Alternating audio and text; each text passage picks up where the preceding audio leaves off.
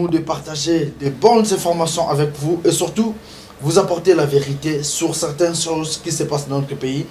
Aujourd'hui, la RDC passe des moments très difficiles par rapport à son histoire politique. Il y a une grande crise que l'on doit résoudre. Après la signature ou le vote qui s'est passé au niveau du Conseil national des droits de l'homme, la RDC siège parmi ces grandes structures. Est-ce que le droit de l'homme est aujourd'hui respecté en République démocratique du Congo? Et la plus grande question, comment résoudre la crise politique de notre pays?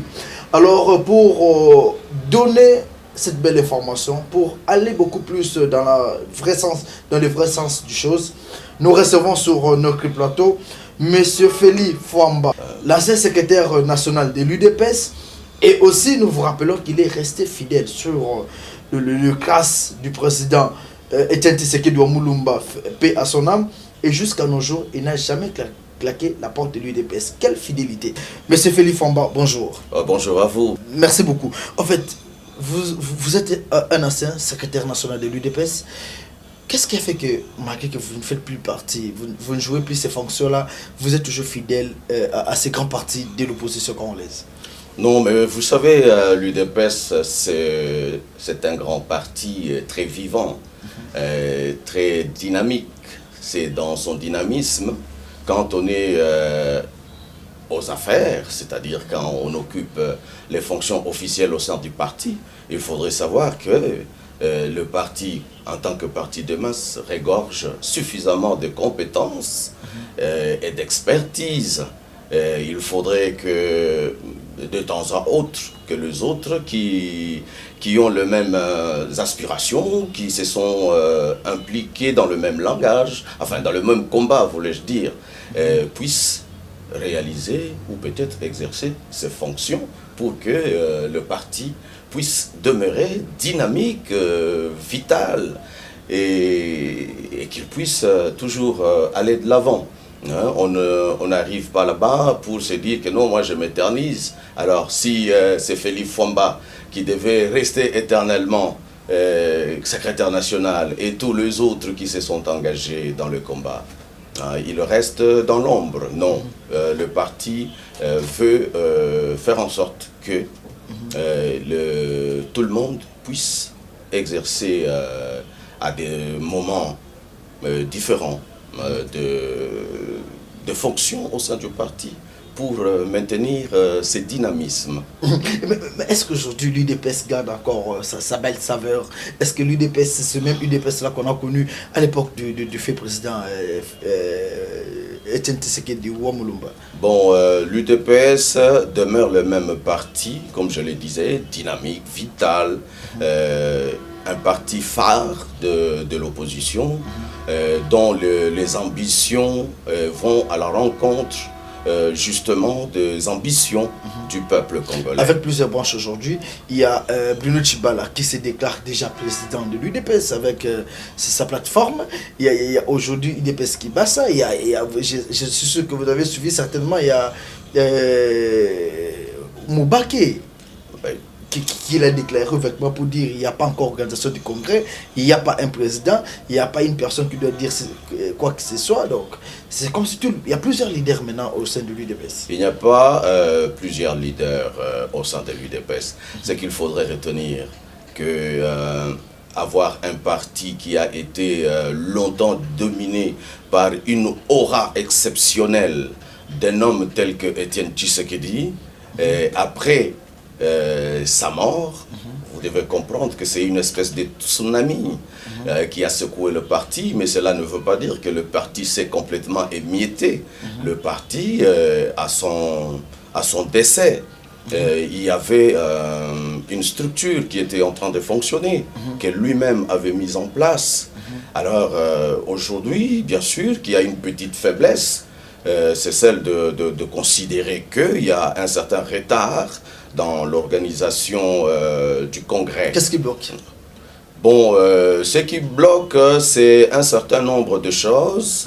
Le décès du président est survenu à un moment particulièrement difficile pour la République. Hein, vous voyez, on venait de signer un accord appelé accord de la Sainte-Sylvestre. Alors cet accord a mis le pays dans une situation telle que même l'UDPS était en train de se battre pour que cet accord, considéré comme l'accord de la dernière chance, puisse trouver une application, une exécution telle que tout le monde l'aurait souhaité. Mais bien malheureusement, vous connaissez le personnel politique de notre pays. Mais vous devez quand même vous réjouir parce que cet accord-là, comme vous l'avez dit, considéré comme l'accord de la dernière chance, oui. Aujourd'hui, il y a un fils qui s'est battu corps et âme aux côtés du fait président Etienne Tshisekedi Moulumba, Bruno Tshibala, qui a 16 ans d'expérience, comme lui-même l'avait dit, qui aujourd'hui Premier ministre, quand même ça doit faire plaisir à l'UDPS. Pourquoi l'UDPS ne le considère pas tel? Non, ça ne doit pas faire plaisir à l'UDPS. Moi je crois qu'à ce niveau-là, il faudrait que l'on fixe l'opinion. L'accord... Quand l'accord a été signé, il y a un certain nombre de choses qui avaient été retenues ou qui avaient été énoncées dans cet accord. Alors, cet accord devait passer par l'application de ce qui avait été arrêté de bonne foi de la part de partis. Ce qui est arrivé avec Bruno Tshibala n'est rien d'autre qu'un débauchage, un débauchage et puis un comportement rébarbatif par rapport au terme de l'accord.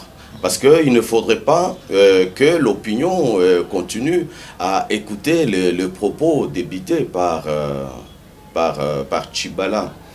L'accord, vous êtes sans ignorer, l'accord disposait que le Premier ministre devait être désigné par le rassemblement. Présenté au président de la République. Présenté au président de la République pour une nomination parce que il fallait essayer de créer des équilibres. Parce que nous nous sommes entendus qu'au lieu d'aller dans une confrontation directe, non, essayons de faire des choses comme des gens civilisés. Les gens civilisés, c'est-à-dire que dans le chef de M. Kabila qui était au pouvoir, il y a eu une faute.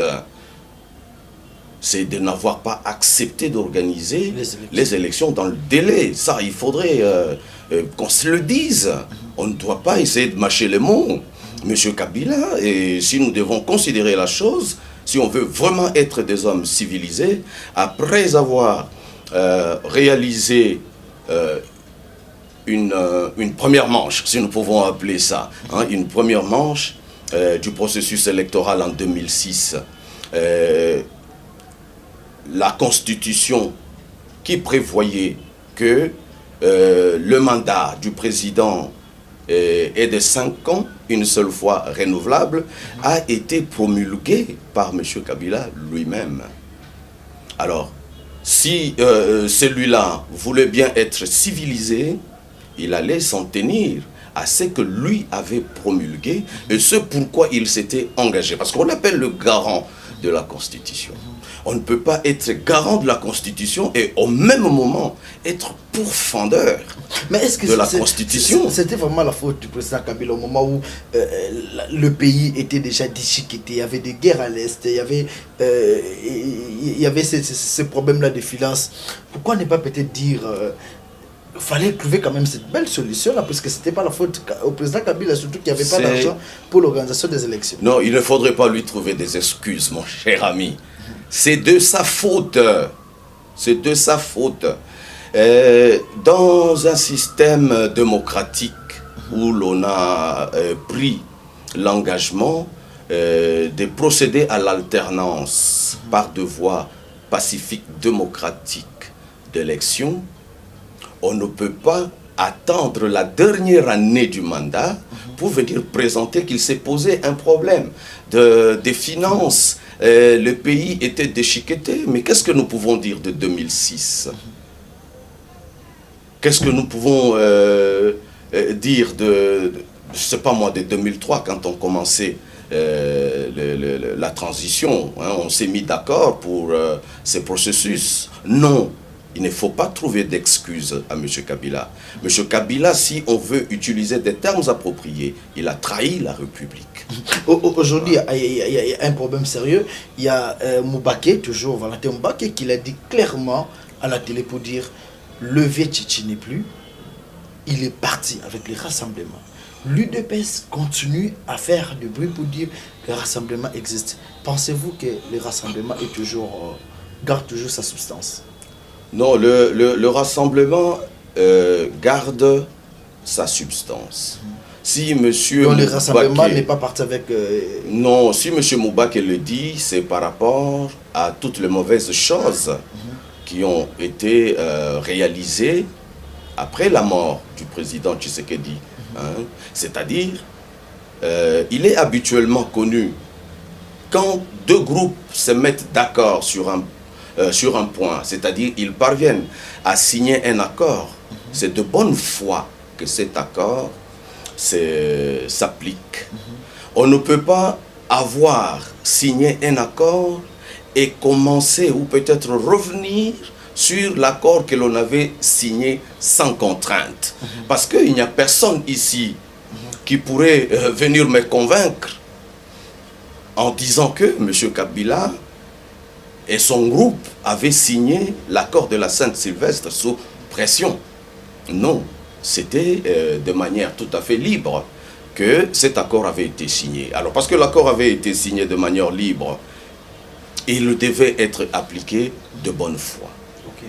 Alors, quand M. Kabila et son groupe ont commencé à poser le problème de la signature, la signature de l'arrangement particulier hein, à mon sens, quand j'ai lu l'accord, l'accord n'a pas dit que l'arrangement particulier serait un avenant à l'accord. On a dit que l'arrangement particulier faisait corps avec l'accord.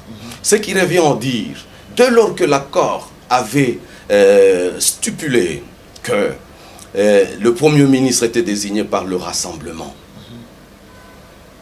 et que le président le nommait, l'arrangement particulier ne devait pas porter sur le mode de désignation du Premier ministre, parce que l'accord l'avait déjà défini. Il est désigné par le Rassemblement. Ce qui revenait à Kabila, parce que l'on voulait aller ensemble, était tout simplement de prendre une ordonnance nommant le Premier ministre et attendre l'arrangement particulier qui devait en fait porter sur la distribution de fonctions, hein, la distribution des postes. C'est ça l'arrangement particulier. Dans l'entendement de la Cinco et de tous les autres, même de l'ex-MP. De l'ex-MP, c'est-à-dire, aujourd'hui il y a deux MP. Non, mais avec l'accord de la Sainte-Sylvestre, l'AMP a cessé d'être MP. Voyez-vous? Parce que nous sommes trouvés dans une situation sui generis, qui n'avait rien à voir avec la création de cette MP qui était fondée sur les élections bidons de 2011. Ok. Alors, ici, à continuer à appeler cette affaire majorité devient en fait une vaste blague. Alors, parce que tout à l'heure, que je termine peut-être, vous avez parlé de Tchibala qui se retrouve comme Premier ministre. Alors quand Tchibala se retrouve Premier ministre, il est Premier ministre de quoi? De l'AMP. Il est un Premier ministre d'un certain arrangement qui avait été trouvé par l'accord.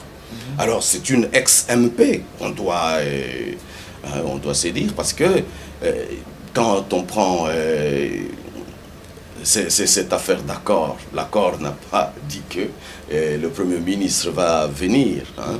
On a trouvé les justes milieux pour que nous ne puissions pas nous taper sur la tête les uns les autres, hein, comme les gens de l'époque des casernes, quand bien même les méthodes du pouvoir actuel, ce sont les méthodes qui relèvent justement de l'époque des casernes, hein, avec les hommes de Cro-Magnon qui étaient en train de s'écrabouiller la tête, se trancher les membres et tout ça. Et non. Alors aujourd'hui, vous êtes toujours cadre au sein de l'UDPS. L'UDPS n'a pas encore organisé son congrès suite à certains problèmes que vous l'avez relevé ici. Ouais. Le président, le secrétaire général adjoint de l'UDPS, qui est aujourd'hui président du rassemblement, mise sur le départ du président Kabila en cas de non-organisation des élections d'ici le 31 décembre 2017. Il a effectué un grand déplacement à Lubumbashi, arrivé le lundi à Lubumbashi, bloqué d'abord par la police. Il n'a pas pu tenir même le meeting, la population dérangée. Hier encore, il a été même bousculé, touché même physiquement. Alors, dites-nous un peu, comment vous, de l'UDPS, vous analysez toutes ces informations? Ce qui s'est passé à Lubumbashi avec le président du rassemblement, Félix Tshisekedi, démontre à suffisance. Hein. On dit qu'il faut l'appeler Félix Tshilombo. Tshisekedi ne se figure pas chez lui. Bon, écoutez, tout ça, ce sont des petites discussions de clochers. Hein, et, écoutez, il est le fils de son père. C'est tout à fait normal qu'il emporte le nom. Hein, c'est tout à fait normal. Qu'il soit appelé Félix Tshilombo, qu'il soit appelé Félix Tshisekedi. En tout cas, les deux segments font partie de son nom. Hein, ça fait partie de son nom. Je ne voudrais quand même pas rentrer dans ça parce que voilà. Allons-y à la question. Ouais. Alors, comment vous analysez, comment est-ce que vous avez trouvé cela?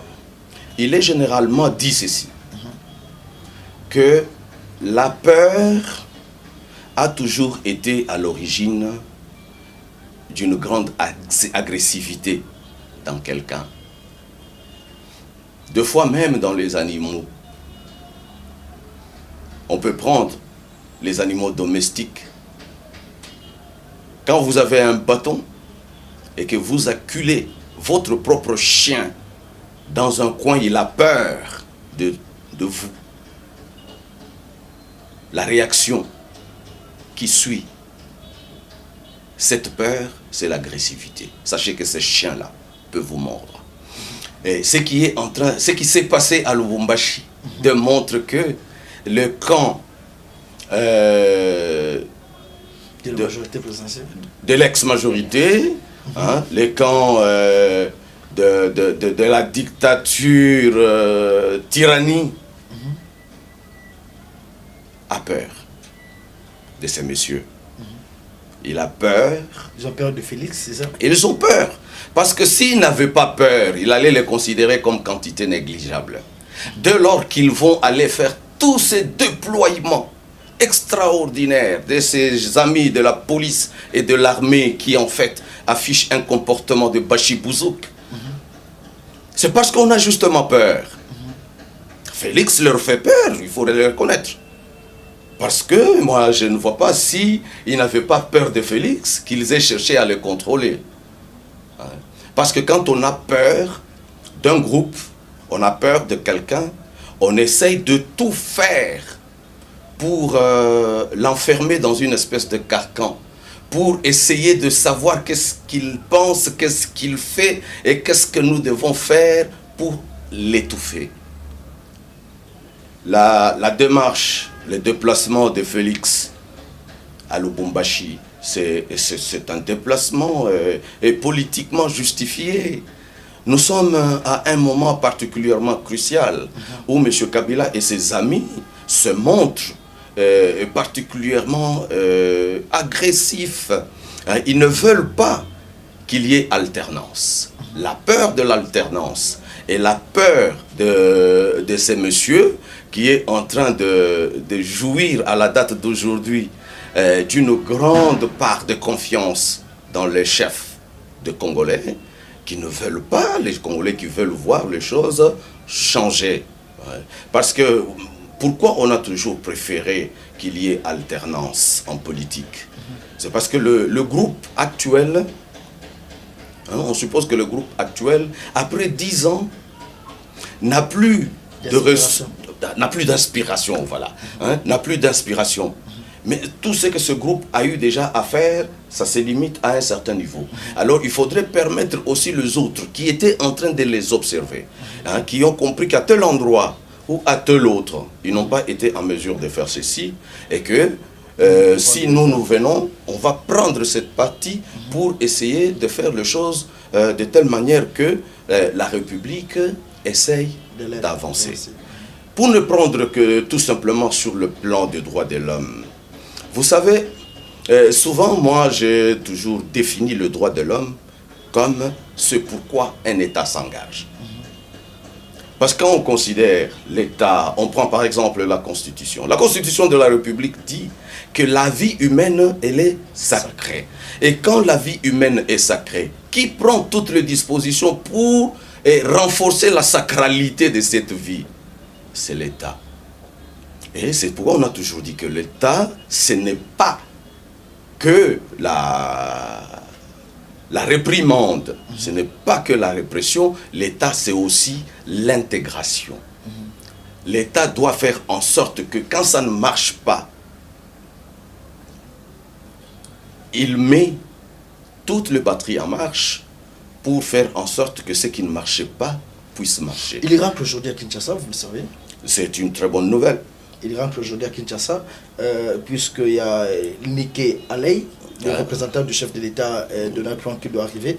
Et certaines fois, on annoncé qu'il ne sera pas reçu par la dame. Mais lui-même, Félix, l'a annoncé qu'il rentrait aujourd'hui, mercredi, ici à Kinshasa. Question de recevoir ou bien d'être reçu. Est-ce que vous pensez que la rencontre entre Félix Tshisekedi et Niki Alei, qui est la représentante du président Donald Trump, peut apporter quelque chose pour notre pays, pour l'avancement même de la démocratie? La rencontre, quand il y a des gens qui commencent déjà à spéculer qu'il ne sera pas reçu par la dame, mais bien avant que la dame ne vienne, qui ignore que Félix a été jusqu'aux Nations Unies? Qui ignore que Félix a rencontré un certain nombre de personnalités américaines? Que Madame Niki Alei vienne ici, ce n'est pas parce que Félix est trempé dans les horreurs qui est en train de se passer au pays. Même si Madame Niki Alei ne rencontrait pas Félix, mais elle vient rencontrer la personne qui est responsable des larmes de sang des Congolais. Félix, c'est quelqu'un qui est en train de travailler pour qu'il y ait alternance.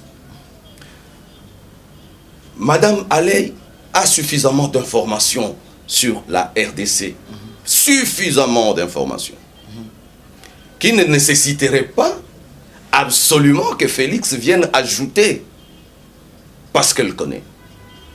Félix a fait un grand travail. Il a fait beaucoup de déplacements euro-américains. Il a eu suffisamment de temps de présenter, d'expliquer la situation de la RDC. Et si M. Trump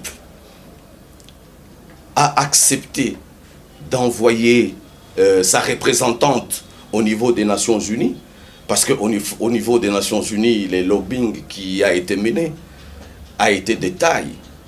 Et Mme Alei, sans doute, dans une rencontre avec Trump, il lui a présenté la situation. Et sans doute, Trump lui a dit, parce que vous êtes si informé, allez sur place, apporter tel message à cet homme-là.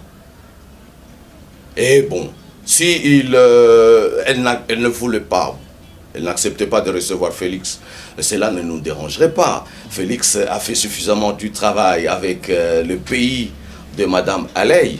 Maintenant, en commençant par Lubumbashi, c'est un grand travail qui va le conduire après Lubumbashi dans d'autres provinces de la République, pour essayer d'aller mobiliser largement la population congolaise sur l'absolue nécessité que si au 31 décembre, il n'y avait pas organisation des élections, à partir du 1er janvier, M. Kabila devrait, ou le peuple congolais, devrait aider M. Kabila à faire ses clics et ses claques pour laisser l'espace. Est-ce que la vraie solution aujourd'hui à la crise politique de notre pays, c'est seulement le départ du président Kabila? Pourquoi ne pas Absolument. Pourquoi ne pas peut-être parler organiser peut-être un autre dialogue, discuter et trouver un bon moyen. L'autre dialogue qui porterait sur quoi?